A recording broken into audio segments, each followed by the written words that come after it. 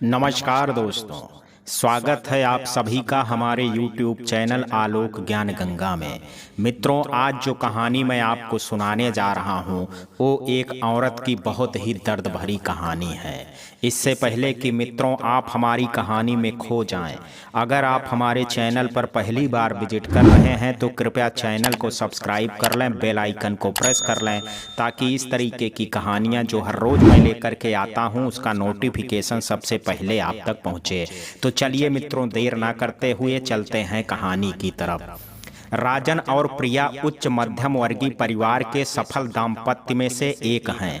18 वर्ष पूर्व दोनों ने प्रेम विवाह किया था और आज दोनों बेटे आरव जो कि 16 वर्ष का है और बेटी ध्वनि जो अभी 10 वर्ष की है, उनके योग्य माता पिता हैं।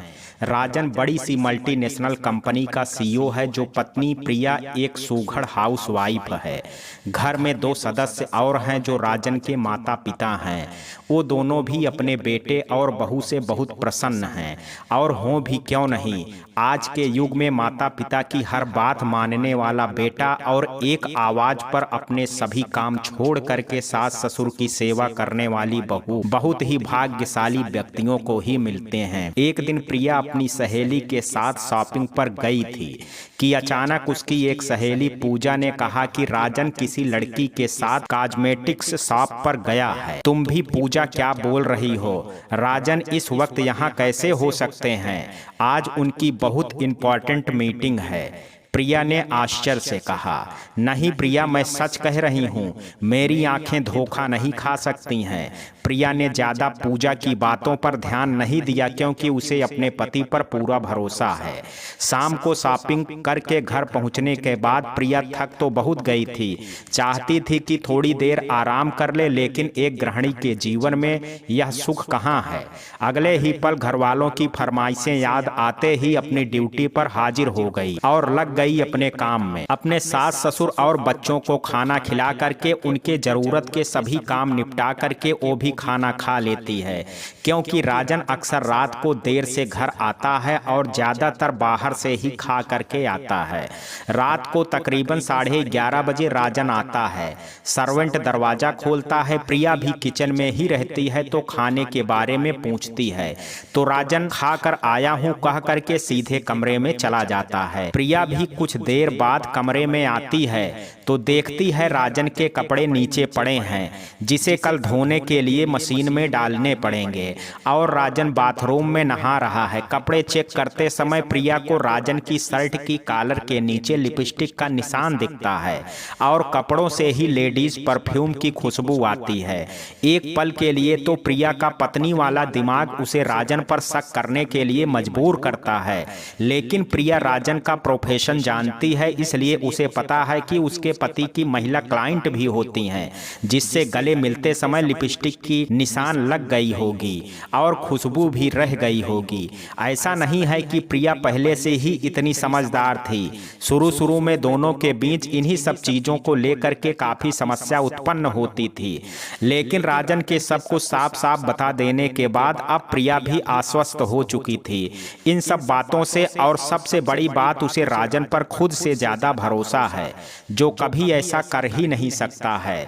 प्रिया यही सब सोच रही थी कि तभी राजन भी नहा करके आ गया था और प्रिया को पीछे से पकड़ लेता है।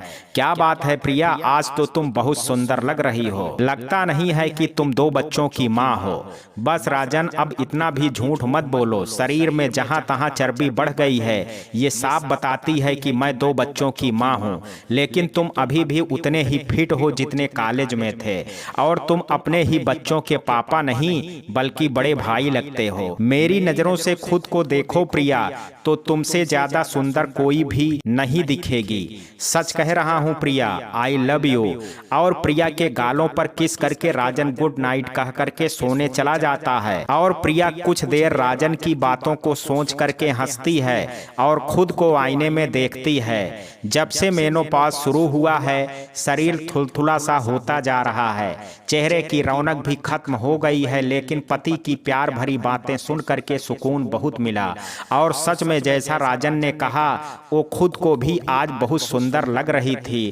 क्या बात है, आईने के सामने खड़ी रह करके मेरी बीबी की नजर लगाने का इरादा है क्या मैडम? आओ और आ करके सो जाओ, राजन ने कहा। तो प्रिया भी बेड पर आ करके लेट गई और नींद की आगोश में समा गई। आज सुबह से ही प्रिया बहुत व्यस्त है, क्योंकि दोपहर में उसे डॉक्टर के पास जाना है, तो अपने सारे काम जल्दी जल्दी निपटा रही है। राजन को ऑफिस और बेटी को स्कूल भेज करके सास ससुर को नाश्ता करा करके दोपहर के खाने के लिए मेड को समझा करके तैयार हो करके डॉक्टर के पास पहुंचती है। प्रिया जी, आपको अपने आप का ख्याल रखना चाहिए। थायराइड की टेबलेट मिस नहीं करनी चाहिए। ऊपर से मेनोपॉज की समस्या, लापरवाही करने से परिणाम बहुत बुरा हो सकता है। सॉरी डॉक्टर, काम में बिजी हो जाने की वजह से दवाइयां मिस हो गई, आइंदा ऐसा नहीं होगा।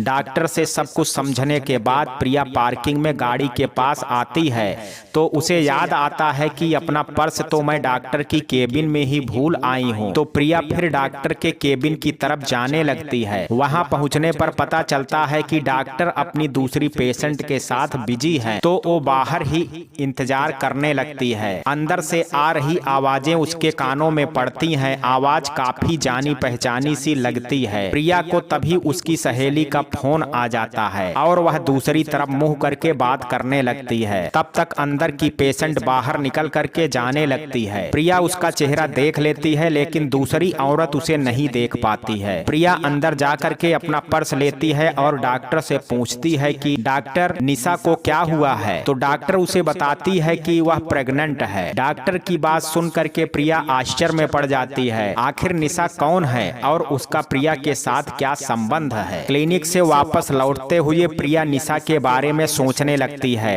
निशा राजन के ऑफिस में ही काम करती है, कई बार पार्टी वगैरह में मुलाकात हुई है। सुलझी हुई लड़की है, लेकिन अभी उसकी शादी नहीं हुई है और वह प्रेग्नेंट है। तो प्रिया को थोड़ा आश्चर्य हो रहा था। वैसे प्रिया इतनी नैरो माइंडेड नहीं है, लेकिन समाज की ऊंच नीच अच्छे से समझती है, इसलिए थोड़ी उलझन में थी। घर पहुंचते ही पता चलता है कि ध्वनि की ट्यूटर की जॉब लग जाने से वह दूसरे शहर में ट्रांसफर हो रही है। तो प्रिया की जिम्मेदारी में एक और काम जुड़ गया कि जब तक ध्वनि के लिए अच्छा ट्यूटर ना मिल जाए, उसे ही अपनी बेटी को पढ़ाना होगा। वैसे बच्चों को पढ़ाना प्रिया के लिए कोई नई बात नहीं है। शादी से पहले प्रिया एक स्कूल में टीचिंग का काम भी करती थी। राजन अपने चचेरे भाई के बेटे की पीटीएम में गया था, तो वहीं उसकी मुलाकात प्रिया से हुई थी। फिर दोनों में प्रेम हुआ और फिर शादी। राजन अपने माता पिता की इकलौती संतान थी और अच्छी नौकरी होने के कारण प्रिया को खुद को पूरी तरह से परिवार को समर्पित करना पड़ा।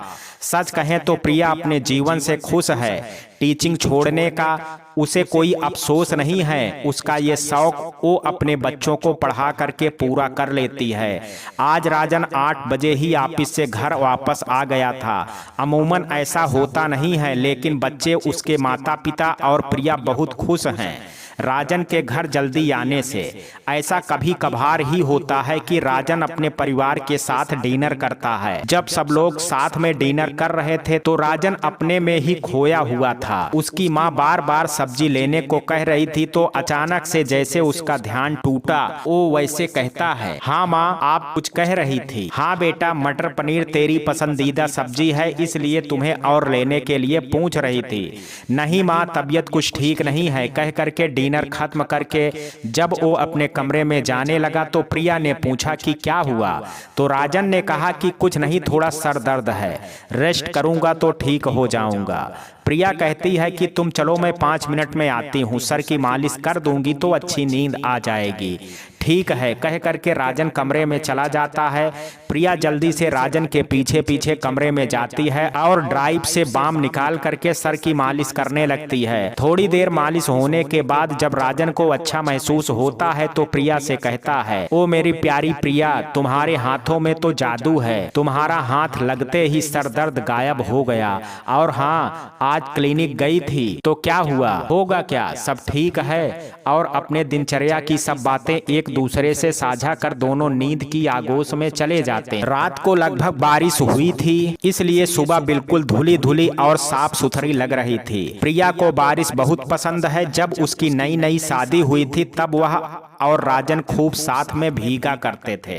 बारिश में यही सोच रही थी प्रिया। अब जिम्मेदारियां बढ़ने से कभी कभी ऐसा लगता है कि दोनों सिर्फ औपचारिकता निभाने के लिए ही एक दूसरे से प्यार दर्शाते हैं, वो भी इसलिए क्योंकि दोनों पति पत्नी हैं।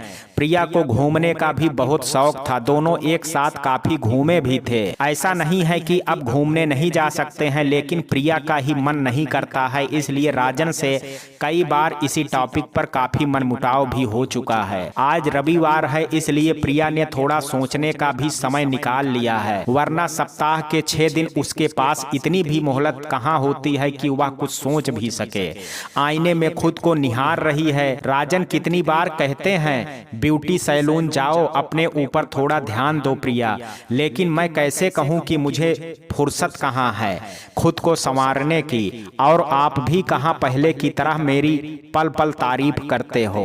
रात को देर से लौटते हो और सुबह जल्दबाजी में ऑफिस चले जाते हैं बिना मेरी तरफ देखे। फिर मैं खुद को क्यों संवारूं? बाहर अभी भी हल्की हल्की बूंदाबांदी हो रही थी। प्रिया का मन कर रहा था कि वह खिड़की खोल करके आसमान से गिरती ठंडी ठंडी बूंदों को महसूस करे, लेकिन वो ऐसा नहीं करेगी क्योंकि ऐसी चल रही है, और ऐसा करने से शायद राजन की नींद भी डिस्टर्ब हो जाए। बड़ी मुश्किल से वो चैन की नींद सिर्फ संडे को ही ले पाते हैं। अपने मन के इन ख्यालों को अपनी डायरी के साथ साझा कर रही है प्रिया। पहले तो वो नियमित रूप से हर रात अपनी डायरी लिखा करती थी बचपन से ही, लेकिन अब कहाँ समय मिल पाता है डायरी लिखने के लिए भी। लेकिन मेरे जीवन में कितनी भी व्यस्तता क्यों ना आ जाए, मैं तुम्हें हमेशा प्यार करती रहूंगी राजन, I love you.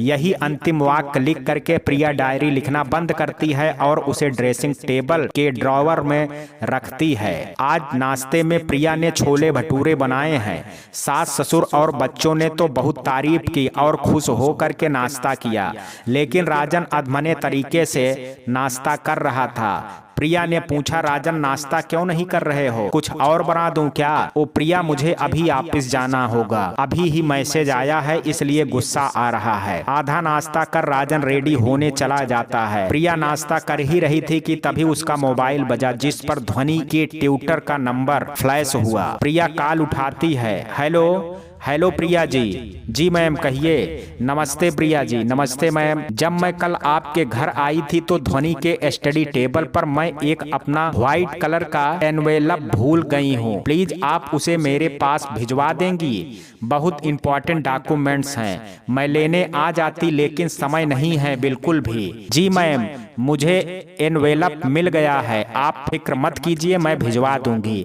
Ji thank you, ठीक है, बाय। Okay bye. राजन तो उसी तरफ जा रहे हैं, क्यों ना वहीं मैम को एनवेलप पहुंचा दें। इतना सोच करके जैसे ही प्रिया अपने कमरे में आई, राजन हड़बड़ाते हुए बाय प्रिया बोलते हुए बाहर चला गया। प्रिया कुछ भी बोल नहीं पाई, बस राजन को जाते हुए देखती रह गई। अब वह उसका लिफाफा कैसे पहुंचाया जाए, यही सोच रही थी तो उसने सोचा कि चलो खुद ही पहुंचा देती हूँ। अपनी सास को सब कुछ बता करके आधे घंटे में लौट आने की बात कह करके गाड़ी ले करके मैम के घर की ओर जाती है। वहां पहुंचने पर तेज बारिश हो रही थी, इसलिए मैम को कॉल करके कहती है कि मैं आपकी बिल्डिंग के नीचे हूं, आकर के अपनी अमानत ले जाइए। लगभग 5 मिनट के बाद हाथ में छाता लिए मैम नीचे आती हैं। सॉरी प्रिया जी, आपको बहुत तकलीफ दी। तकलीफ क्या है, लीजिए आप अपनी अमानत, हंसते हुए प्रिया कहती है और दोनों हंसने लगती हैं। ठीक है मैम, बाय, बहुत काम है घर में, चलती हूँ। जी ठीक है, बाय। जब प्रिया अपनी गाड़ी जाने के लिए स्टार्ट कर रही थी कि तभी उसने राजन को किसी लड़की के साथ गाड़ी में जाते हुए देखा। लड़की ने अपना चेहरा स्कार्फ से ढका हुआ था। राजन यहाँ, वो तो वापिस गए हैं, ये लड़की कौन है जो उनके बगल में बैठी है? प्रिया को थोड़ा अजीब लगा, इसलिए वो राजन की गाड़ी के पीछे चली जाती है। ड्राइव करते समय सोचने लगती है कि क्या मैं सही कर रही हूँ या वापस लौट जाऊं। इतना सोच ही रही थी कि राजन की गाड़ी एक कैफे के आगे रुकी और दोनों उसके अंदर चले गए। प्रिया भी थोड़ी देर के बाद अंदर चली गई। संयोग से दोनों इंट्रास की तरफ पीठ करके बैठे हुए थे, इसलिए प्रिया उनके पीछे वाले टेबल पर जा करके बैठ गई उनकी बातें सुनने के लिए। राजन कह रहा था, प्लीज ये बच्चा अबॉर्ट कर दो, मैं कोई बखेड़ा नहीं चाहता, मेरी ऑलरेडी 2 बच्चे हैं। लड़की ने कहा, हाँ तो वो तुम्हारे बच्चे हैं, मेरे नहीं, मैं अपने बच्चे को अबॉर्ट नहीं करूंगी। इतना सुनते ही प्रिया उठ करके खड़ी होती है, माथे पर पसीना आ जाता है और राजन की टेबल के पास जाती है। प्रिया को देख करके निशा और राजन एकदम अचकचा जाते हैं और प्रिया कुछ बोल पाती उसे ऐसा लगता है कि सब कुछ घूम रहा है और अगले ही पल वो राजन की बाहों में बेहोश हो जाती है। प्रिया को जब होश आता है वह हॉस्पिटल की बेड पर होती है और सामने बैठी हुई अपनी सास पर उसकी नजर जाती है। सास उस समय कोई मैगजीन पढ़ रही हैं। पढ़ते हुए जब प्रिया पर नजर पड़ती है तो खुशी से उठ करके बेड के पास पहुंचती हैं और सर पे हाथ फेरते हुए पूछती हैं, तबीयत अच्छी लग रही है बेटा? प्रिया अपनी सारी शक्ति इकट्ठा करके भी मुंह से हाँ जवाब नहीं दे पाई, बस हल्का सा सर हिला करके हाँ में इशारा किया। रुको बहू, मैं अभी डॉक्टर को बुला के लाती हूँ। और वो डॉक्टर को बुलाने चली जाती है। उनके जाने के बाद प्रिया अच्छे से अपनी आंखें खोल करके कमरे में देखती है, लेकिन कमरे में उसके सिवा और कोई नहीं है। उसे बहुत कमजोरी महसूस हो रही है, इसलिए फिर से आंखों को बंद कर लेती है। थोड़ी ही देर में उसकी सास डॉक्टर और नर्स के साथ कमरे के अंदर आती हैं। डॉक्टर प्रिया को चेक करती हैं। पूरी तरह से चेकअप करने के बाद प्रिया से पूछती हैं, कैसा लग रहा है प्रिया जी? प्रिया बस हल्का सा मुस्कुरा देती है। इतनी भाग दौड़ क्यों करती हैं कि सेहत का ऐसा हाल हो जाए? प्रिया एकटक डॉक्टर को देख रही थी। डॉक्टर भी माहौल को हल्का करते हुए कहती है, चलिए इसी बहाने आप यहाँ रिलैक्स कीजिए और कुछ दिनों तक हमारी मेहमान नवाजी का लुत्फ उठाइए। सब खिलखिला करके हंस पड़ते हैं। प्रिया भी कोशिश कर रही है, मुस्कुरा देती है। प्रिया को रेस्ट करने की सलाह और नर्स को अच्छा से उसकी देखभाल करने की हिदायत दे करके डॉक्टर वापस चली जाती है। प्रिया की सास भी शाम हो जाने के कारण घर जाने के लिए अपना हैंड बैग उठाते हुए बोलती हैं, बहू ठीक से आराम करना, कुछ चाहिए तो नर्स को बताना, अब मैं घर चलती हूँ, घर की सारी जिम्मेदारी मेरे ही सर पर है, जल्दी ठीक हो जाओ बेटा। और वो भी घर चली जाती हैं। शरीर तो कमजोर है, लेकिन प्रिया का दिमाग अभी भी दुरुस्त है।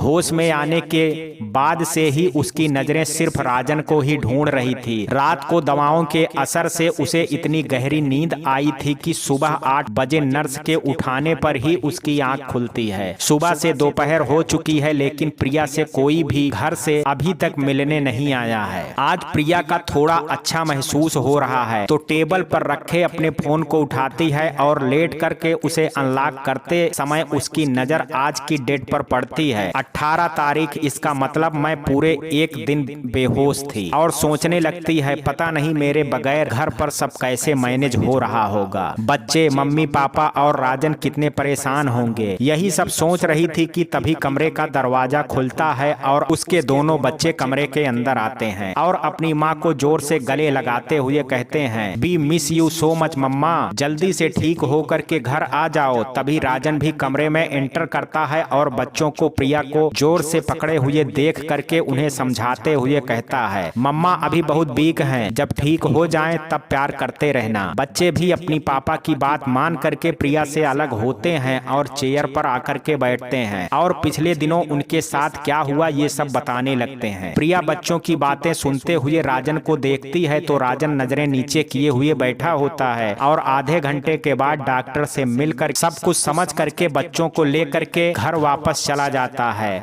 उन लोगों के वापस जाने के बाद वो सोचती है, बच्चों की तरह गले लगाने की उम्मीद तो उसे राजन से भी थी, लेकिन सोची हुई बात हमेशा पूरी हो जाए ऐसा जरूरी तो नहीं है। 1 हफ्ते बाद प्रिया डिस्चार्ज हो करके अपने घर वापस आ जाती है। उसकी सास उसे उसके कमरे तक सहारा देती हुई ले जाती हैं और राजन भी अपनी नजरें नीची किए हुए प्रिया को सारा सामान लिए हुए पीछे पीछे आता है। हॉस्पिटल से वापस आने पर घर पर सभी लोगों का बर्ताव पहले जैसा ही था, लेकिन राजन जब भी प्रिया के साथ अकेले होता तो अपनी नजरें नीचे किए रहता था। कुछ दिन बीतने के बाद अब प्रिया की सेहत में भी काफी सुधार हो चुका था। जितनी परवाह वो अपने परिवार की करती थी, सभी से उतना ही प्यार उसे इस वक्त मिला, जिसकी वजह से ही शायद इतनी बड़ी आघात सहने के बाद भी प्रिया का आत्मबल टूटा नहीं, बल्कि अब और बढ़ गया है। अपने मन में आगे क्या करना है और आने वाले जीवन को कौन सी दिशा देनी है, उसने सब कुछ सोच रखा है। इंतजार है तो बस जल्दी से ठीक होने का। अच्छे से आराम, सही टाइम पर दवाएं लेने से प्रिया शारीरिक रूप से तो स्वस्थ हो रही है, लेकिन बैठे बैठे उल जुलूल सोचते रहने से मानसिक रोगी बनती जा रही है। इसलिए अब कमरे से बाहर आकर के बच्चों और सास ससुर के साथ समय भी बिताने लगी है। उस दिन की घटना के बाद राजन भी ऑफिस सही टाइम पर जाता है और वापस भी बिल्कुल सही टाइम पर ही आता है। नाश्ता और रात का खाना भी अपने परिवार के साथ ही खाता है। राजन में ये बदलाव साफ साफ नजर आ रहा है, इसलिए परिवार वाले भी खुश हैं। जो कुछ भी राजन ने प्रिया के साथ किया है, अभी तक ये बात उसने किसी को भी नहीं बताई है। राजन से भी कोई बात नहीं की। बार बार यही सोचते हैं कि काश उसने जो कुछ भी देखा और सुना वो गलत हो, लेकिन जिस बात की वजह से 2 हफ्ते बीत जाने के बाद भी अगर वो ठीक नहीं हो पाई है तो वो बात गलत कैसे हो सकती है। उसे माइल्ड हार्ट अटैक आया था। डॉक्टर ने स्ट्रेस लेने से बिल्कुल मना किया है। वजन कम करने की भी हिदायत दी है। 1 महीना बीत चुका है। प्रिया अब रोज सुबह अपनी सास के साथ वॉक पर जाती है। टहल कर आने के बाद हेल्दी डाइट भी अपनी दिन की शुरुआत करती है। और सबसे बड़ी बात, कुछ भी स्ट्रेस चाहे बच्चों की पढ़ाई का हो या और हो, कुछ भी नहीं लेती है। रविवार के दिन राजन के पिताजी ने एक भाई के पोते का मुंडन था। रविवार के दिन राजन के पिताजी के छोटे भाई के पोते का मुंडन था, तो उसके माता पिता के साथ ध्वनि भी वहीं गई हुई थी। रात को ही वो सब वापस आने वाले थे। आरव के स्कूल में एनुअल फंक्शन की तैयारी चल रही थी, तो वो अपने स्कूल गया हुआ था और शाम को ही लौटने वाला। राजन अपने ऑफिस का पेंडिंग काम बालकनी में चेयर पर बैठकर कर रहा था, तभी प्रिया उसे राजन कह करके आवाज देती है। लगभग 1 महीने से भी ज्यादा समय बीत जाने के बाद प्रिया ने राजन का नाम लेकर के पुकारा है। काम करते हुए वो हड़बड़ाते हुए पूछता है, हाँ प्रिया बोलो, कोई काम है क्या? हाँ, तुमसे कुछ जरूरी बात करनी है। हाँ बोलो। देखो, मैं पुरानी बातें ना करना चाहती हूँ और ना ही कुछ सुनना चाहती हूँ। हाँ, मैं भी पिछला सब कुछ भुला करके तुम्हारे और हमारे बच्चों के साथ एक नई शुरुआत करना चाहता हूँ। जो मैं करना चाहती हूँ, मुझे तुम्हारा साथ चाहिए। मैं बिल्कुल तुम्हारा साथ दूंगा प्रिया, पहले सुन तो लो जो मैं कहना चाहती हूँ। प्लीज प्रिया, पहले मेरी बात सुन लो। ठीक है, बोलो। प्रिया, माना मेरी गलती माफी के लायक नहीं है, पर प्लीज एक बार अपने मुंह से बोल दो कि तुमने अपने राजन को माफ कर दिया। बोलते हुए प्रिया को गले से लगा लेता है। उसकी आंखों से आंसू बह रहे थे। प्रिया को गले लगाए हुए ही कहता है, प्रिया, तुमसे बढ़कर के मेरे लिए कोई भी नहीं है। मैं तुम्हारे बगैर जीने की सोच भी नहीं सकता हूँ। प्रिया राजन को खुद से दूर करते हुए कहती है, मुझे घुटन हो रही है, प्लीज राजन, इतनी जोर से गले ना लगो। एक बात पूछूं? हाँ पूछो प्रिया। अगर मैंने ऐसा किया होता तो क्या तुम मुझे माफ कर देते? राजन कुछ भी नहीं बोल पाता है। प्रिया वहां से उठ करके जाने लगती है तो राजन उसका हाथ पकड़ते हुए चेयर पर बैठाता है। प्रिया, माना मैंने बहुत बड़ी गलती की है, लेकिन इसकी जिम्मेदारी तुम। प्रिया माना मैंने बहुत बड़ी गलती की है, लेकिन इसकी जिम्मेदार तुम भी हो। राजन चिढ़ते हुए बोलता है, मैं जिम्मेदार हूँ तो ये भी बता दो कि कैसे? प्रिया भी आश्चर्य से पूछती है, छोड़ो, रहने दो, तुम्हारी तबीयत ठीक नहीं है। इतनी ही मेरी फिक्र है तो मेरी गलती बता दो, तबीयत ना सही, गलती तो सुधार लो। प्रिया, तुम्हारी बीपी बढ़ जाएगी, चलो आराम करो। राजन उसकी बात काटते हुए बोलता है, मेरी इतनी परवाह है जान करके बहुत खुशी हुई, लेकिन शायद अब तुम्हें यह पता नहीं है कि मैं अब सब कुछ सहन कर सकती हूँ, तो अपनी बात पूरी करो, शायद इससे मुझे कुछ आराम मिले। बोलो राजन, मुझे बुरा नहीं लगेगा। प्रिया के जोर देने पर राजन भी संभल करके बोलना शुरू करता है, जब हमारे हमारी शादी हुई थी तो तुम कैसे मेरे साथ समय बिताती थी, मेरे लिए हर समय तैयार होकर के रहती थी, अपना तुम कितना ध्यान रखती थी। हम लॉन्ग ड्राइव पर जाते थे, मेरे ऑफिस की पार्टी एंजॉय करते थे, तुम्हारा पूरा समय सिर्फ और सिर्फ मेरा था। लेकिन अब हाँ आगे बोलो, मैं सुन रही हूँ। कुछ नहीं हो रहा है, मुझे बोलो। जब से बच्चे हमारी जिंदगी में आए हैं सब कुछ बदल गया है प्रिया। तुम मेरी तरफ कहाँ ध्यान देती हो, मेरी तरफ क्या खुद की तरफ भी ध्यान नहीं देती हो। मेरे लिए तो सजना तो दूर की बात है, तुम बालों में कंघी तक नहीं करती हो। मेरे कई बार टोकने पर भी तुम ब्यूटी पार्लर नहीं जाती हो। तुमने मुझे बहुत इग्नोर किया है प्रिया, इसलिए मैं इतना टूट गया और निशा में तुम्हें ढूंढने लगा। जोश में कहते हैं कि लोग होश खो बैठते हैं, वही भूल राजन से भी हो गई। अपनी गलती का जिम्मेदार भी उसने प्रिया को ही बना दिया। प्रिया ने चुपचाप राजन की सारी बातें सुनी और बोली, मुझे माफ कर दो, मैंने तुम्हें बहुत इग्नोर किया, अब ऐसा नहीं होगा। यह बोल करके प्रिया वहां से उठ करके गार्डन में चली जाती है। राजन को लगा था कि उसके ये सब बोलने से प्रिया बहुत नाराज होगी और पता नहीं क्या बोलेगी, लेकिन प्रिया से ऐसी प्रतिक्रिया पा करके उसे अवाक सा जाते हुए देखता है। नीचे घास पर बैठ करके प्रिया राजन की कही हुई बातों को सोचने लगती है। मैंने तुम्हें इग्नोर किया राजन, तो इसलिए तुम निशा के साथ आगे वो सोच भी नहीं पाती है। बच्चों के होने के बाद तुम्हारा क्या बदला? बदलाव तो सिर्फ मुझ में आए हैं, चाहे वो शारीरिक हो या मानसिक, सारे बदलाव तो मैंने सहे हैं।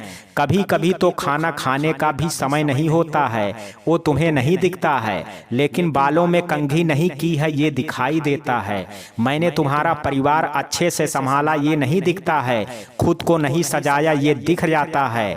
मैंने तुम्हें कब इग्नोर किया है मुझे याद नहीं है, लेकिन करवा चौथ के दिन भी तो तुम कई सालों से रात को देर से आते हो, और फिर भी मैं तुम्हारे हाथों से ही निवाला खा करके अपना व्रत तोड़ती हूँ। और तुम थका हूँ बोल करके सो जाना आज याद आ गया राजन। ठीक है, अगर गलती मेरी है तो मैं ही इसे ठीक भी करूंगी। सोचते हुए प्रिया अपने किए हुए फैसले पर एक बार फिर से खुश हो जाती है। प्रिया नए आत्मविश्वास के साथ उठ करके खड़ी होती है और खुद को समझाते हुए अंदाज में कहती है, माँ कहती थी ना प्रिया, जब तक हम नहीं चाहते हैं हमसे हमारा कोई कुछ भी नहीं छीन सकता है, फिर चाहे वो हमारा विश्वास ही क्यों ना हो। जिंदगी में मेरा विश्वास मुझसे कोई नहीं छीन सकता। उसने अपने भविष्य के बारे में कुछ निर्णय लिया, इसलिए वह अब बेकार की बातों को सोचना नहीं चाहती है, अपने लिए जीना चाहती है। अगली सुबह प्रिया ने अपने ससुर जी और सासू माँ को यह बताया कि वह एक कोचिंग क्लास खोलना चाहती है, जिसमें क्लास सेकंड से क्लास 8 तक के बच्चों को पढ़ाएगी, और इसके लिए मुझे आप दोनों की हेल्प चाहिए। सास ससुर आश्चर्यचकित होकर के पूछते हैं कि अचानक से तुमने ये योजना क्यों बना ली? अभी तबीयत भी ठीक नहीं हुई है और फिर घर परिवार भी है। अगर कोचिंग क्लासेज में समय दोगी तो घर के लिए समय कैसे निकाल पाओगी? और राजन तो अच्छा खासा अर्न कर ही रहा है, तो क्या जरूरत है ऐसे झमेले में पड़ने की? प्रिया के सास ससुर ने नकारात्मक प्रतिक्रिया दी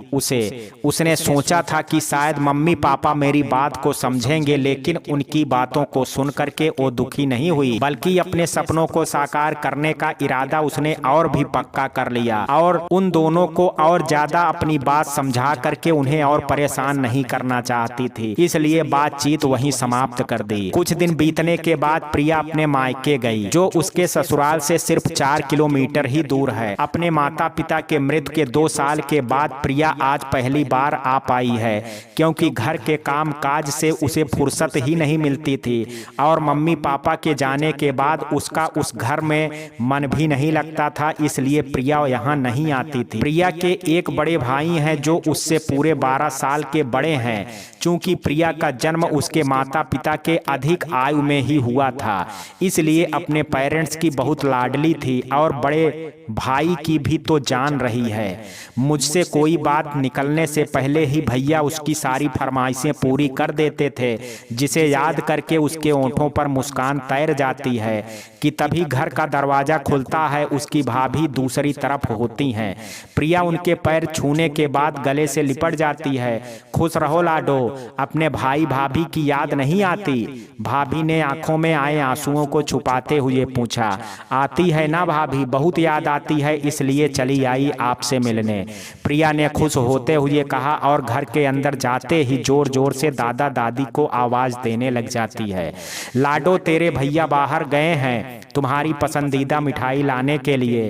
प्रिया खुश हो जाती है और अपनी भाभी के साथ बातचीत करते हुए किचन में चली जाती है।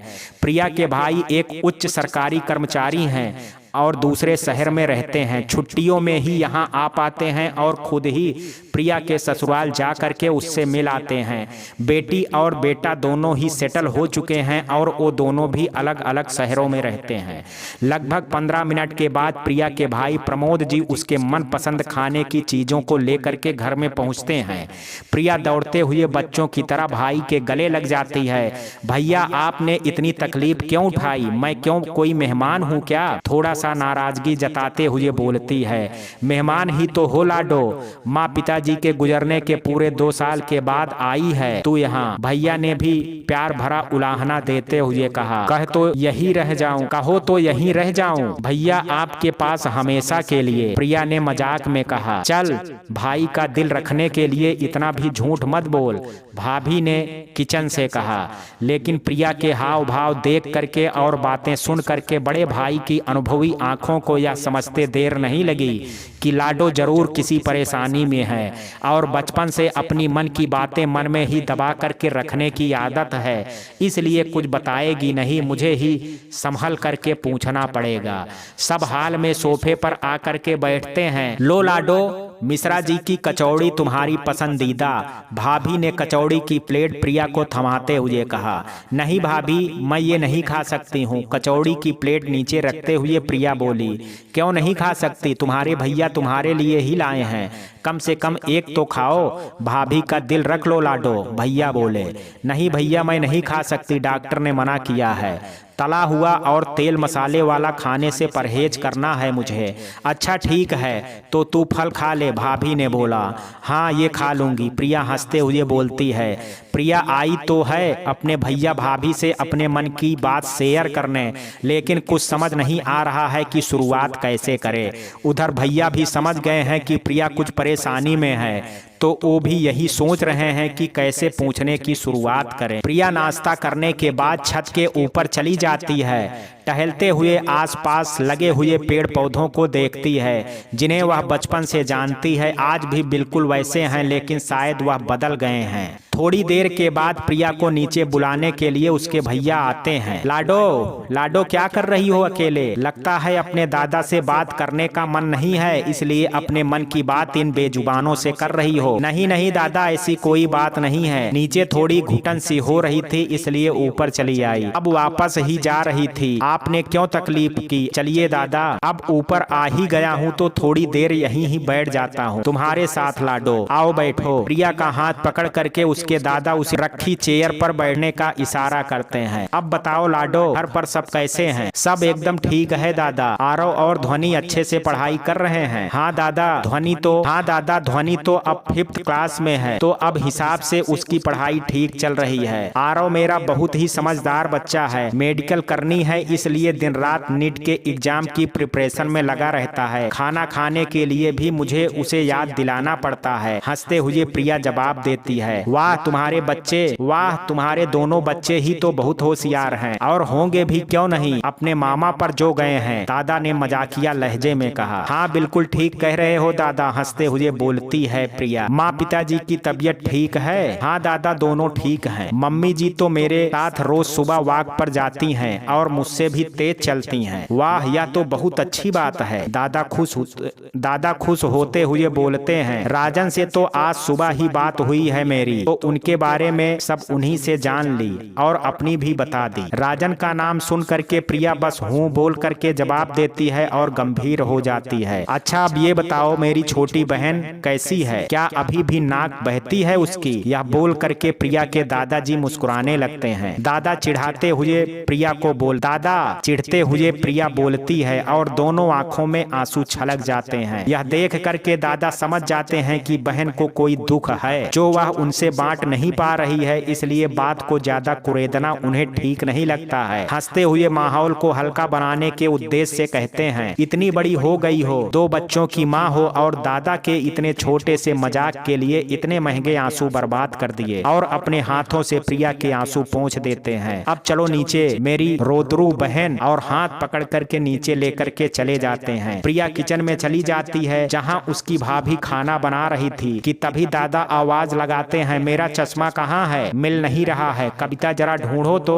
तुम्हारे दादा अपनी एक भी चीज याद नहीं रखते हैं कि कहाँ रखी है। लाडो जरा कढ़ी पर ध्यान देना, उबाल आने ही वाला है, बोल करके भाभी अपने कमरे में चली जाती हैं। आपने तो चश्मा पहना हुआ है, फिर क्यों मुझे बुला रहे हैं, जरा धीरे बोलो, तुमसे कुछ बात करनी है, फुसफुसाते हुए बोलते हैं। भाभी अपनी आवाज धीमे करते हुए बोलती हैं, हाँ बोलिए, क्या बोलना चाहते हैं। मुझे लगता है लाडो किसी परेशानी में है और हमसे बात करना नहीं चाहती है, लेकिन संकोच से नहीं कह पा रही है, तो जरा तुम उससे प्यार से पूछो कि क्या परेशानी है उसे। जी आप सही कह रहे हैं, परेशान तो है लाडो। कहाँ जब पहले आती थी तो पूरे समय सिर्फ राजन की ही बातें करती रहती थी और अपने घर वापस लौटने के लिए बेचैन दिखती थी। आज ऐसा लग रहा है जैसे ये हमारी लाडो है ही नहीं, इतनी शांत है जैसे कुछ बहुत बुरा हुआ है उसके साथ। हाँ मुझे भी ऐसा लग रहा है। अच्छा जाओ अब लाडो के पास। जी जाती हूँ, आप फिक्र मत कीजिए, मैं सब संभाल लूंगी। भाभी किचन में वापस आती हैं और देखती हैं कढ़ी में उबाल आने ही वाला है और प्रिया खोई हुई सी खड़ी है। लाडो ध्यान कहाँ है तुम्हारा, बोल करके गैस की आंच धीमी करती हैं। प्रिया हड़बड़ाती है और उसे देख करके भाभी सोचने लगती हैं, कैसे जानूं तुम्हारी तकलीफ लाडो, और उदास हो करके कढ़ी को देखने लगती हैं। दोपहर में प्रिया अपने भाभी के साथ कमरे में बैठी हुई थी। भाभी ने पूछा, बहुत देर से देख रही हूँ लाडो, जैसे तुम हमसे कुछ कहना चाहती हो, बोल दो जो भी बोलना है, मन में कोई बात नहीं रखनी चाहिए, अपनों से साझा कर लेनी चाहिए। प्रिया भी थोड़ा सोच कर कहती है, ओ भाभी राजन ने मेरे साथ, इतना बोल करके अपने भाभी के गले लग करके रोने लगती है। हाँ लाडो बताओ, मैं सुन रही हूँ। फिर प्रिया अपने मन की सारी बातें रोते हुए बताने लगती है। भाभी के आंखों में भी आंसू लगातार बहे जा रहे हैं। बाहर दरवाजे के पीछे खड़े भैया भी रो रहे हैं और सारी बातें सुन रहे हैं। अपने मन की बात अपनी भाभी को बता करके प्रिया भी उनकी गोद में सिर रख करके सुबक रही है। भाभी उसके आंसू पोंछते हुए कहती हैं, लाडो तुम किस मिट्टी की बनी हो, इतने दिनों से ये सब बात अपने मन में छुपा करके खुद को बीमार हो गई, लेकिन हमें कुछ नहीं बताया, कैसे सहा तुमने अकेले इतना बड़ा दर्द। भैया भी कमरे के अंदर आ जाते हैं और अपनी पत्नी के बगल में बैठ जाते हैं। अपनी बहन के बालों में सहलाते हुए बोलते हैं, चुप हो जाओ लाडो, ना रो,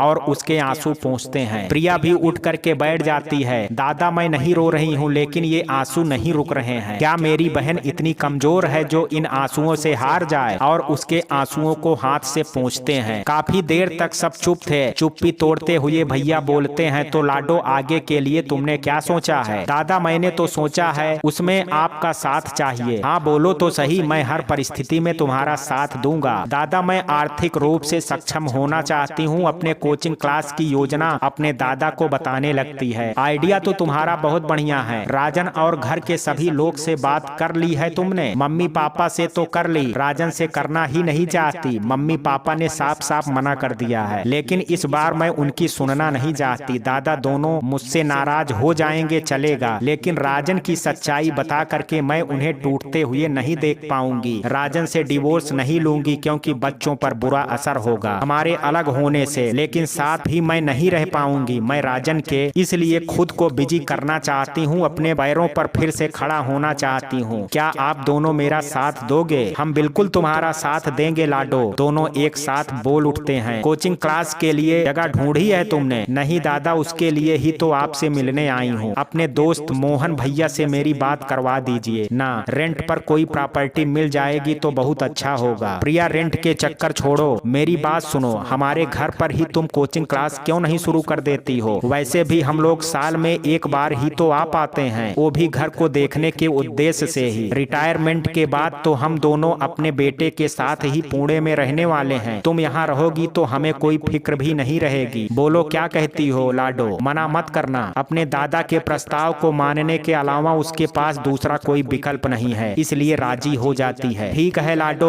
1-2 दिन में मैं तुम्हें फोन करूंगा। कारपेंटर और इलेक्ट्रीशियन से तुम भी मिल लेना और जैसा तुम चाहो काम करवा लेना। ठीक है दादा, बोलते हुए प्रिया भाभी के गले लग जाती है और अपनी कार में बैठ करके अपने घर रवाना हो जाती है। घर पहुंचने पर सास पूछती है, आज बड़ी देर कर दी बहू, कहाँ रह गई थी? ओ माँ जी, कुछ काम था इसलिए देर हो गई, जवाब दे करके अपने काम निपटाने लगती है। अब प्रिया रोज सुबह अपने काम निपटा करके अपने मायके चली जाती है, जहाँ कोचिंग क्लास की जरूरतों के हिसाब से सभी काम करवा रही है। शाम को थकी हुई वापस लौटती है और बच्चों सास ससुर की जरूरतों को पूरा कर रात को सो जाती है। रोज का उसका यही दिनचर्या हो गया है। एक दिन रविवार को जब राजन घर पर ही था और प्रिया घर से बाहर, तब उसकी सास ने अपने बेटे से कहा कि बेटा तुम्हें कुछ पता है, बहू आजकल कहाँ गायब रहती है? रोज तुम्हारे जाने के बाद चली जाती है और शाम को वापस लौटती है। देखो आज भी तुम्हें और बच्चों को छोड़ करके चली गई है। नहीं माँ, मुझे तो कुछ नहीं पता है। हाँ, तुम्हें कहाँ से पता होगा, दिन भर तो तुम इस लैपटॉप में आंखें गड़ाए रहते हो। कल ही मैंने बहू को बालाजी मंदिर के पास किसी आदमी के साथ देखा था। मेरा काम बताना था, अब तुम जो करना है कर, बोल करके उसकी माँ दंदनाते हुए अपनी सहेली के घर की ओर कीर्तन में चली जाती हैं। माँ की बातें सुन करके राजन परेशान हो जाता है, अजीब अजीब बातें सोचने लगता है और फिर प्रिया को फोन लगाता है। 2 बार पूरी रिंग बजने पर भी फोन नहीं उठाती है। पहले कभी प्रिया ने ऐसा नहीं किया है, कॉल नहीं उठा पाती तो वो कॉल बैक करती है, लेकिन 1 घंटा से ऊपर हो जाने के बाद भी ऐसा कुछ नहीं हुआ है। प्रिया अपना फोन मायके में ही भूल गई है। प्रिंट वाले के यहाँ पंपलेट छपवाने गई है अपने दादा के साथ। घर वापस आकर के भाभी से बोलती है, दादा ने हेल्प की तो सारे काम आसानी से निपट गए, अब बस अच्छे टीचर्स मिल जाएं तो सब बढ़िया हो जाएगा। हाँ, वह भी हो जाएगा। तुम्हारा नया नंबर मैंने टीचर्स की विज्ञापन पर दे दिया है, शायद कल से उनके कॉल भी आने लगेंगे। तुम इंटरव्यू लेकर के उन्हें सेलेक्ट कर लेना। जी दादा, बहुत बहुत थैंक यू, आपने तो मेरे सारे काम ही कर दिए। अच्छा, अब घर चलती हूँ, बच्चों से मैंने प्रॉमिस किया है आज उन्हें पिज्जा बनाऊंगी, बना करके खिलाऊंगी। ठीक है लाडो, अच्छे से जाना, भाभी बोलती हैं। प्रिया घर पहुँचती है। राजन पूछता है, इतनी क्या बिजी हो गई कि जो मेरे 4 मिस्ड कॉल भी नहीं देख पाई, और इतनी देर तक तुम कहाँ थी प्रिया? कुछ जरूरी काम था राजन, बाद में बताऊंगी। प्रिया फ्रेश होकर के बच्चों के लिए पिज्जा बनाती है। कुछ मेल आए हुए थे, उन्हें चेक करके रिप्लाई करती है और आराम से सो जाती है। प्रिया के हाव भाव देख करके राजन को बड़ा आश्चर्य हो रहा है और सोचता है कि ये तो कभी ऐसा नहीं थी, हमेशा खुद से पहले दूसरों के बारे में सोचती थी, अब ऐसे बर्ताव क्यों कर रही है? सोचते हुए वो भी सो जाता है। सुबह अखबार में विज्ञापन पढ़ने के बाद प्रिया का फोन पर फोन बज रहा था, क्योंकि लोग कोचिंग क्लास में पार्ट टाइम जॉब का अवसर पाना चाहते थे, इसलिए प्रिया बार बार एकांत में जाकर के जवाब दे रही है। राजन यह सब नोटिस कर रहा है, क्यों प्रिया को सुबह सुबह इतना कॉल आ रहा है और हमारे सामने बात क्यों नहीं कर रही है? कुछ पूछना चाहता है प्रिया से, लेकिन वो अपना बैग उठा करके बाहर चली जाती है। 2-3 दिनों की मेहनत के बाद 5 अच्छे टीचर्स प्रिया ने अपने कोचिंग क्लास के लिए सेलेक्ट कर लिए हैं, जिनमें 4 महिलाएं हैं जो 30-35 वर्ष की आयु के बीच हैं। हाउसवाइफ हैं, चूंकि क्लासेस सिर्फ 4 ही घंटे चलेगी, दोपहर में 3 से 7, इसलिए उतना समय अपनी गृहस्थी से निकाल लेना इनके लिए आसान है और साथ में इनकम भी हो जाए तो नुकसान नहीं है। 5वें टीचर्स एक 22 वर्षीय युवक है जो एक स्टूडेंट है। अपने जेब खर्च के लिए उन्होंने प्रिया की कोचिंग क्लास ज्वाइन की है। नाम है आदित्य। जनाब बड़े हंसमुख स्वभाव के और सारे काम बड़ी हंसी खुशी करते हैं, कुछ भी बोलो बुरा नहीं मानते हैं, सबकी मदद करते रहते हैं। प्रिया भी उसके साथ काफी हिल मिल गई है, अपने बेटे के समान ही उसे मानती है। उसकी मेहनत रंग लाई और शुरुआत में 50 बच्चों ने एडमिशन ले लिया। अगले रविवार को प्रिया ने अपने कोचिंग के उद्घाटन का प्रोग्राम रखा और एक छोटी सी पूजा भी रखी। सारी व्यवस्था कर वह अपने घर पहुंचती है और रात के खाने के समय सबको अपने कोचिंग की खुशखबरी सुनाती है। सास ससुर तो बिल्कुल खुश नहीं हैं। राजन भी बस खुश होने का दिखावा कर रहा है, लेकिन बच्चे बहुत खुश हैं। कोचिंग के उद्घाटन का दिन आ गया है। प्रिया के घर वाले भी आए हुए हैं।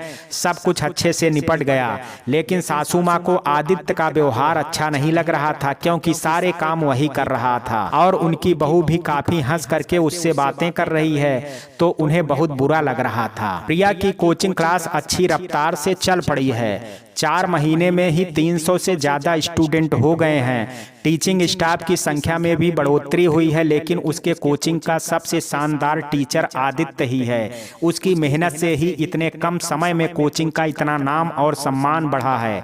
प्रिया का अब ज़्यादा समय अपने कोचिंग क्लास में ही बीतता है। सुबह नाश्ते और लंच की व्यवस्था करके वह यहाँ आ जाती है और रात 8 बजे तक उसे घर वापस लौटना होता है। जीवन में व्यस्तता और अधिक बढ़ गई है, लेकिन अपना पसंदीदा काम करके वह आजकल बहुत खुश रहती है। अपने सारे गमों को भुला करके प्यारे प्यारे बच्चों से बातें कर उन्हें अच्छी सीख दे करके वह बहुत खुश है। सब कुछ अच्छे से चल रहा है, व्यावहारिक जीवन बहुत खुशहाल है, लेकिन पारिवारिक जीवन शायद बदहाल होता जा रहा है। प्रिया सब समझ रही है लेकिन कुछ कर नहीं सकती है। राजन फिर पहले की तरह ही ऑफिस में ज्यादा समय बिताने लगा है। दोनों के रिश्तों में दरार पड़ती जा रही है। बच्चों की खातिर ही साथ हैं दोनों, बच्चे ही दोनों के रिश्तों की आखिरी गांठ हैं। सास ससुर तो हमेशा मुंह फुलाए ही रहते हैं, बहू की तरक्की उन्हें बिल्कुल भी रास नहीं आ रही है। सास ने तो प्रिया के चरित्र को अपने मन में मलिन कर रखा है, बस शब्दों से कहना शेष है। आदित्य का प्रिया के कोचिंग क्लास में पढ़ाना उन्हें बिल्कुल पसंद नहीं है। रात को राजन शराब पी करके घर आया है। प्रिया किचन में है। आज सब काम निपटाने में बड़ी देर हो गई है। लड़खड़ाते कदमों से राजन अपने कमरे में जाता है। प्रिया को आभास हो चुका है कि उसने शराब पी हुई है। अपने कमरे में जा करके राजन बेड पर लेट जाता है। प्रिया कमरे के अंदर आती है। खाना लाऊं तुम्हारे लिए? नहीं, खा कर आया हूँ। उसके जूते उतारने लगती है। रहने दो, मैं कर लूंगा, मदहोशी में राजन ने कहा। प्रिया जूते उतार देती है। आंखें खोलने की कोशिश करते हुए राजन कहता है, और कितना सजा दोगी मुझे? माफ क्यों नहीं करती हो? मेरे साथ रह करके भी तुम इतनी दूर क्यों हो मुझसे? उसे गले लगाने की कोशिश करता है। धीमे से प्रिया कहती है, तुम अभी होश में नहीं हो, सुबह बात करते हैं। तब तक राजन प्रिया के करीब आ करके उसे अपने गले से लगा लेता है। प्रिया सब कुछ भूल करके उसकी बाहों में समा जाती है। आंखों से आंसू बहने लगते हैं कि तभी अचानक राजन की पकड़ और मजबूत होने लगती है। नशे में राजन प्रिया के गालों पर अपने प्यार की छाप छोड़ चुका है। अब उसके ओंठ की तरफ बढ़ रहा है। तभी अचानक से प्रिया उसे अपने से अलग करती है। राजन और जोर से उसे पकड़ता है और उसे बेड पर सुला देता है। अंत में प्रिया भी हार करके राजन के प्यार को समर्पित हो जाती है। महीनों के बाद आज दोनों पति पत्नी चैन की नींद सोए हैं। सुबह मुस्कुराते हुए प्रिया जब बेड से उठने लगती है, तब राजन नींद में ही उसका हाथ पकड़ते हुए कहता है, कहाँ जा रही हो निशा? प्लीज यही मेरे पास रहो ना। फिर एक बार प्रिया को राजन द्वारा छले जाने का एहसास होता है। खैर, इस बार जो कुछ भी हुआ है उसमें उसकी मर्जी भी शामिल थी। जज्बातों में बह करके अपने पति का प्यार तो पा लिया, लेकिन वो तो सिर्फ सपना था। हकीकत तो आंखें खोलते ही पता चल गया। प्रिया नहाने के लिए बाथरूम में चली गई। शावर के नीचे अपने आंसुओं को बहने दे रही है। जब वो नहा करके बाहर आती है तो राजन उठा हुआ रहता है। प्रिया उसके तरफ बिना देखे ही रेडी होने लगती है। तभी राजन आकर के उसे पीछे से पकड़ लेता है और उसके गाल पर किस करते हुए कहता है, थैंक यू प्रिया, मुझे माफ करने के लिए। प्रिया अपने गाल को टॉवल से साफ करते हुए बोलती है, सॉरी राजन। तुम क्यों सॉरी कह रही हो? चौंकते हुए राजन पूछता है। वो कल रात तुम नशे में थे और मैंने तुम्हारा फायदा उठा करके अपनी दैहिक जरूरत पूरी की। तुमने फायदा कहाँ उठाया प्रिया? हमारे बीच जो कुछ भी हुआ उसमें मेरी भी मर्जी थी। इतना भी नशे में मैं नहीं था, राजन ने सफाई देते हुए कहा। नहीं, तुम नशे में थे। सॉरी, मुझे माफ कर दो। तुम कैसी बातें कर रही हो प्रिया? मुझे सब अच्छे से याद है, तुमने मेरा फायदा नहीं उठाया। नहीं राजन, तुम नींद में भी निशा का नाम लिए जा रहे थे और फिर भी मैंने तुम्हारा साथ। सॉरी, आगे से ऐसा नहीं होगा। प्रिया ने अपने आंखों में आए आंसुओं को पोंछ करके उसे घूरते हुए कहा, एक बार फिर तुमने मुझे धोखा दिया है। राजन भी अपनी भूल समझ गया और बाथरूम में नहाने के लिए चला गया।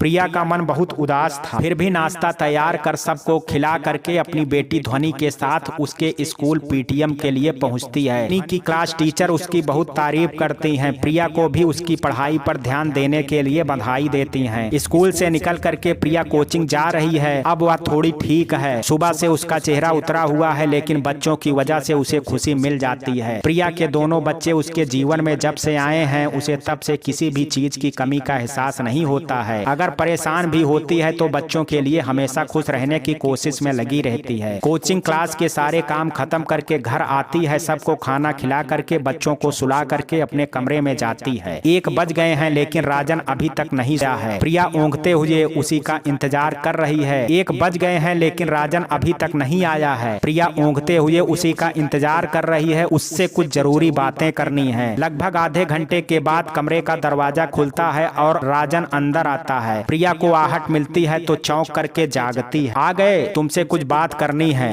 राजन शर्माते हुए कहता है, बोलो। पहले बैठो, बैठकर कहो क्या कहना है। राजन, मुझे आजाद कर दो। मतलब यही कि मैं अब और नहीं रह सकती। प्लीज मुझे डिवोर्स दे दो। मुझे माफ नहीं कर सकती हो, बस एक चांस दे दो। कोई गलती नहीं करूंगा, तुम्हें शिकायत का कोई मौका नहीं दूंगा। Please Priya, sorry. प्लीज राजन, ऐसा मत बोलो। मैंने तुम्हें माफ कर दिया है। अगर माफ कर दिया है तो डिवोर्स की बात क्यों कर रही हो? माफी तुम्हें मैंने मेरे दिल को तोड़ने के लिए दी है, लेकिन तुमने जो मेरे स्वाभिमान को मारा है उसके लिए तुम्हें कभी माफ नहीं करूंगी। एक बार बच्चों के बारे में सोचो प्रिया, उनकी क्या गलती है? वो इन सब के बीच में पिस जाएंगे। उनके बारे में सोच लिया है, दोनों मेरे साथ रहेंगे और तुम्हें मैं आजाद करती हूँ। अब निशा के साथ छुप करके अफेयर करने की कोई जरूरत नहीं है, उससे शादी कर लेना। माँ पिताजी क्या कहेंगे कुछ तो सोचो। सब सोच और समझ करके ही बोल रही हूँ। कुछ नहीं बचा हमारे रिश्ते में, इसे खत्म कर देना ही अच्छा है। प्लीज राजन, मेरे बारे में भी कुछ तो सोचो। प्यार तो करते नहीं हो,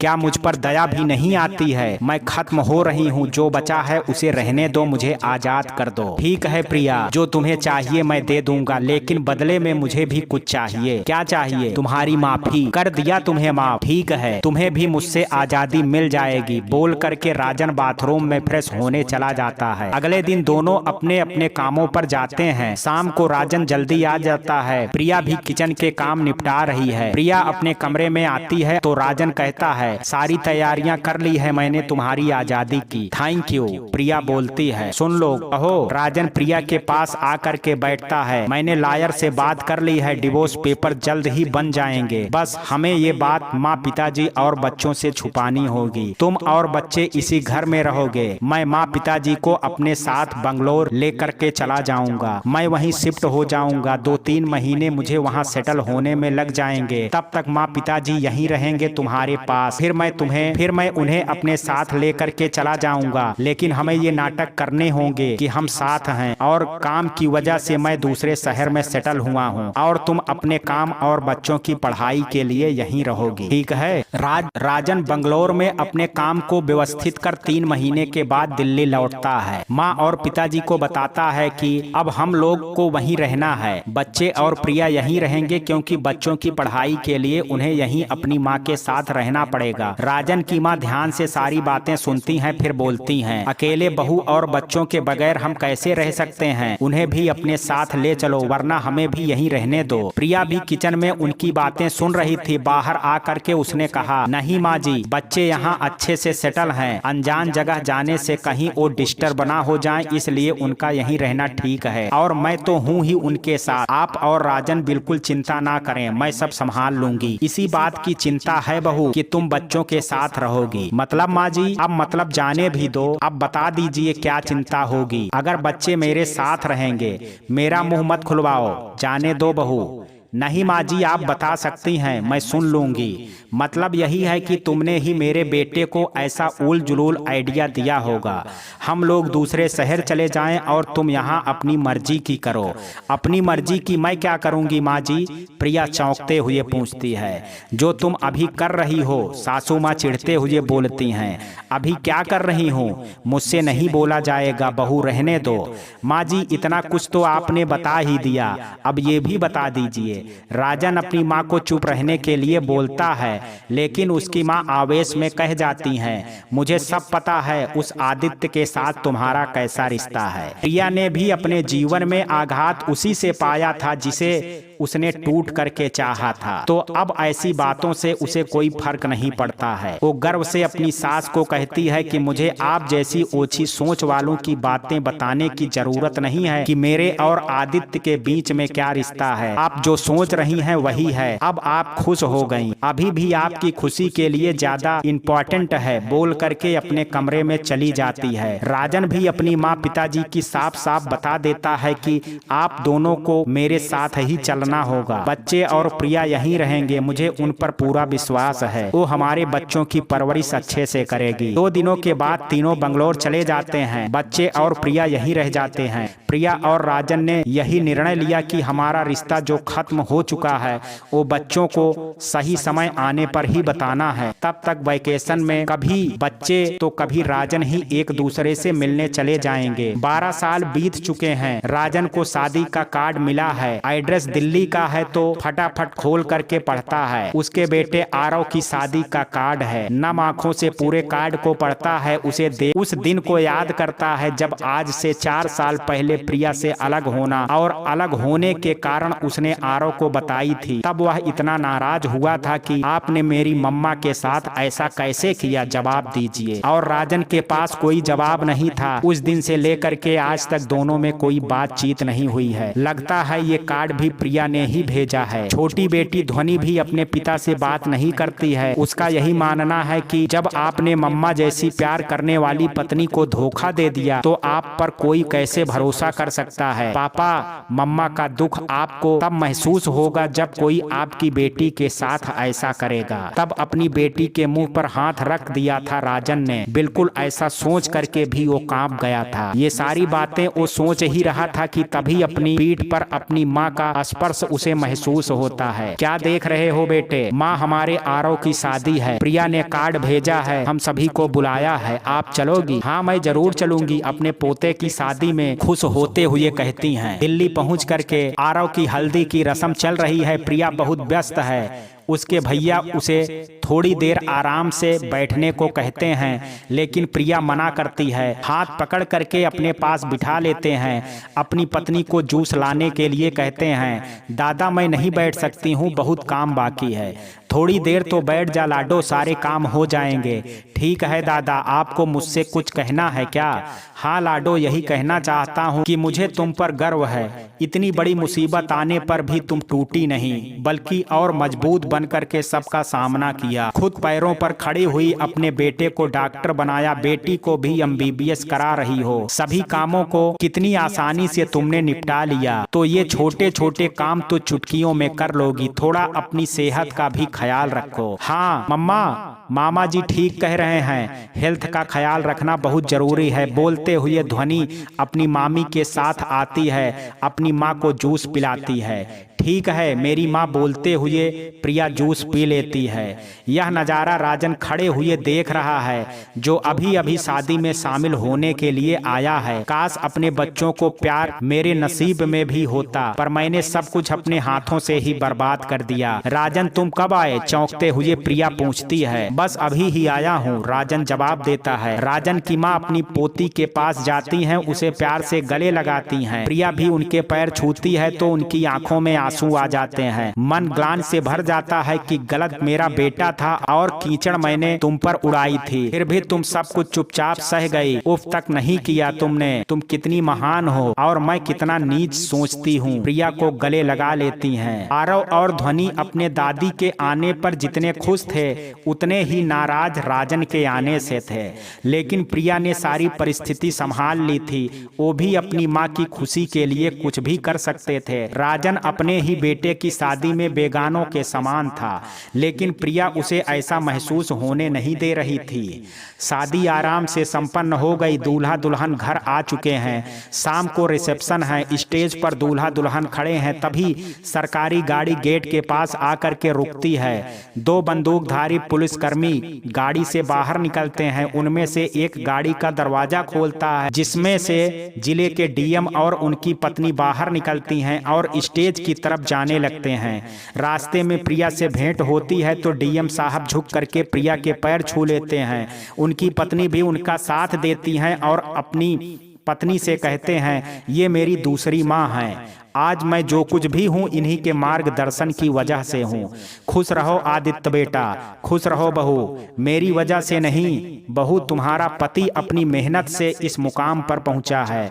और फिर उन लोगों के बीच कुछ बातें होती हैं और सभी स्टेज पर जाते हैं। आरव और ध्वनि आदित्य से मिलकर के बहुत खुश होते हैं और थोड़े नाराज भी कि शादी में क्यों नहीं आए, पर जानते हैं कि डीएम के कंधे पर कितनी जिम्मेदारियां होती हैं, इसलिए खुश हो करके सभी फोटो खिंचवाने लगते हैं।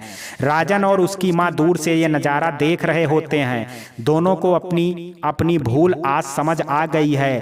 तभी प्रिया उन दोनों को भी स्टेज पर बुला लेती है और उनके साथ भी दूल्हा दुल्हन की फोटो खिंचवाने के लिए कहती है।